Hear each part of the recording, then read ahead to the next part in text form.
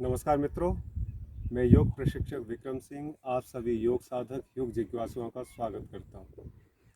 मित्रों, आज हम 4 मुख्य बिंदु पर बात करेंगे, जिसमें से पहला मुख्य बिंदु है योग क्या है, दूसरा मुख्य बिंदु रहेगा स्वास्थ्य क्या है, तीसरा मुख्य बिंदु रहेगा स्वास्थ्य की जीवन उपयोगिता, चौथा मुख्य बिंदु रहेगा एक संपूर्ण स्वस्थ जीवन शैली क्या है। मित्रों, आइए बात करते हैं पहले मुख्य बिंदु पर, योग क्या है। योग का जो शाब्दिक अर्थ है वो है जोड़ना या सामंजस्य बिठाना। तो जब हम योग करें, इस तरीके से योग किया जाए कि हमारी जो 4 इकाइयां हैं जिनसे हमारा अस्तित्व बनता है, आपका शरीर, आपकी श्वास, आपका मन और आपकी भावनाएं, जब ये चारों एक ही समय पर एक साथ एक यूनिट के तौर पर काम करते हैं योग के दौरान, तो उसे हम योग कहते हैं। ये ना हो कि आप योग कर रहे हैं, आपका शरीर कहीं गति कर रहा है, आपकी श्वासें कहीं और अस्त व्यस्त हैं, आपका मन कहीं और ही घूम रहा है और आपकी भावनाएं तो हैं ही नहीं। तो जब आप योग करें तो एक लयबद्ध होकर, एक साथ मिलाकर आप इन चारों यूनिटों को तब योग करें। अब बात करते हैं दूसरे मुख्य बिंदु की, स्वास्थ्य क्या है। स्वास्थ्य की जो डेफिनेशन WHO देता है वो ये है, health as a state, physical, mental, social and eternal wellbeing, not merely the absence of disease. इसी को हमारे ऋषियों ने, मनीषियों ने आयुर्वेद में कहा है, सम दोषः समाग्निश सम धातु मलक्रिय प्रसन्न आत्मेन्द्रिय मन स्वस्थ इत्य विधीयते।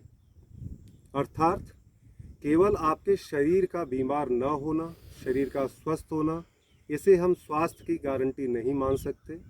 जब आप अपने मन, अपनी 10 इंद्रियां और आप अपनी आत्मा के तल पर जाकर स्वस्थ महसूस करें, प्रसन्न महसूस करें, उसे हम कहेंगे कि हाँ, अब आप स्वस्थ हैं, अब आपके पास स्वास्थ्य है।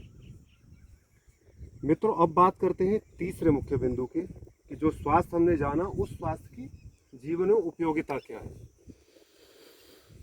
इसके लिए हमारे पास 2 मुख्य सूत्र मिलते हैं दोबारा से आयुर्वेद से।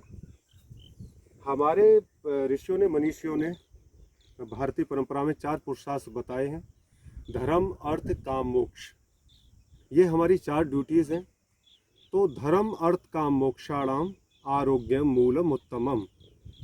आपकी इन चारों ड्यूटीज़ को निभाने के लिए, धर्म, अर्थ, काम, मोक्ष की संपूर्णता के लिए आपके पास स्वास्थ्य की गारंटी होना, स्वास्थ्य का होना पहली मूल ज़रूरत है।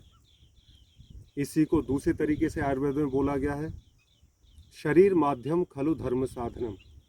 ये जो शरीर है हमारा, ये एक माध्यम है, मीडियम है, कि आप अपनी सारी ड्यूटीज़ को निभा सकें, पूरा कर सकें।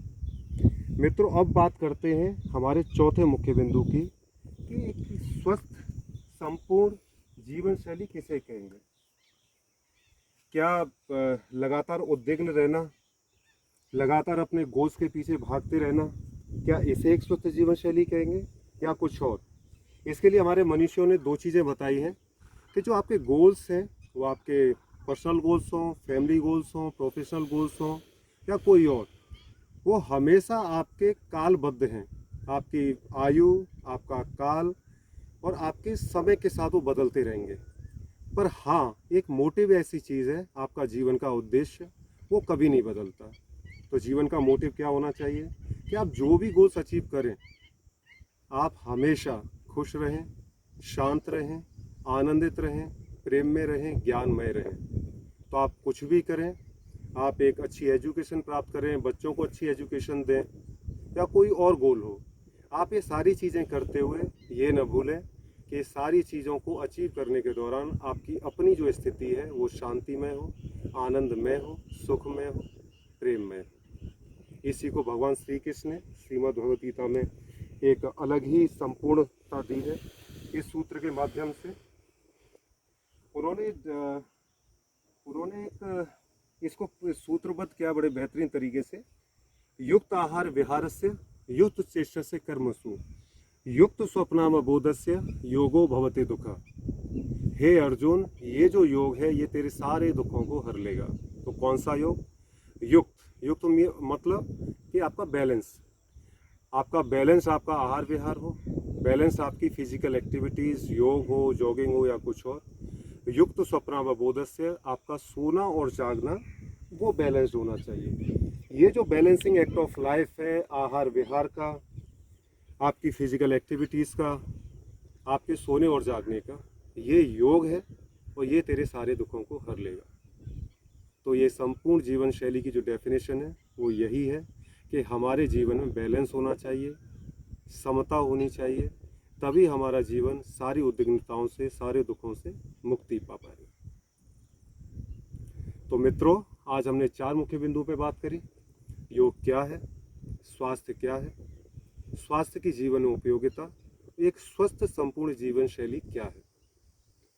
उम्मीद है कि आप इन सारे बिंदुओं को अपने जीवन में उतारने की कोशिश करेंगे। चिंतन मनन के द्वारा आप सोचिए, समझिए, जानने की कोशिश करिए और जो भी आपको बिंदु लगते हैं कि आपके जीवन के लिए उपयोगी हैं, उसे अपने जीवन में ज़रूर उतारें।